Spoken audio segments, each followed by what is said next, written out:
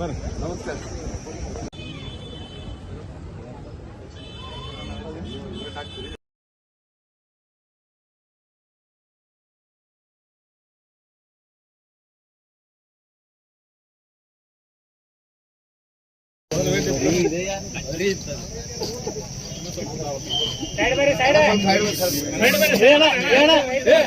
Side ನೀವು side side ಬಿಟ್ಟು ದಯವಿಟ್ಟು ಕುಲ್ಲಾನಿದ್ರಿ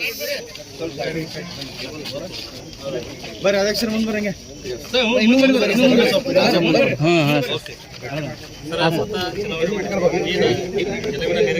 ಈ ಕಡೆ ಮುಂದೆ ನೋಡ್ರಿ ಡೌನ್ ಮಾಡ್ರಿ. Logo down right sir. ಮತ ಚಲಾವಣೆ ಮಾಡಿದ್ದೀನಿ. ನಮ್ಮ ಗ್ರಾಮದಲ್ಲಿ ನಮ್ಮ ಮತ ಈ ಕಡೆ ನೋಡ್ರಿ. ಕುಟುಂಬದ ಮತ ಎಲ್ಲ ಇದ್ದೇವೆ.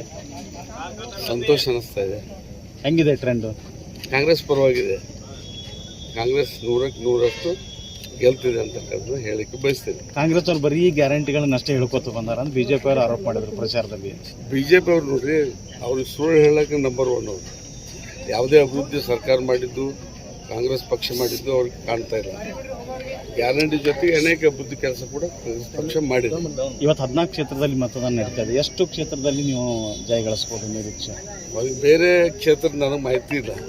ನಾನು ಈ ಇಲೆಕ್ಷನ್ ಪ್ರಾರಂಭ ಆದಂದು ಇಲ್ಲೇನೆ ಕೆಲಸ ಮಾಡ್ತೀನಿ. ಹೆಚ್ಚು ಸ್ಥಾನ ಹೆಚ್ಚು ಗೆಲ್ಬೇಕು.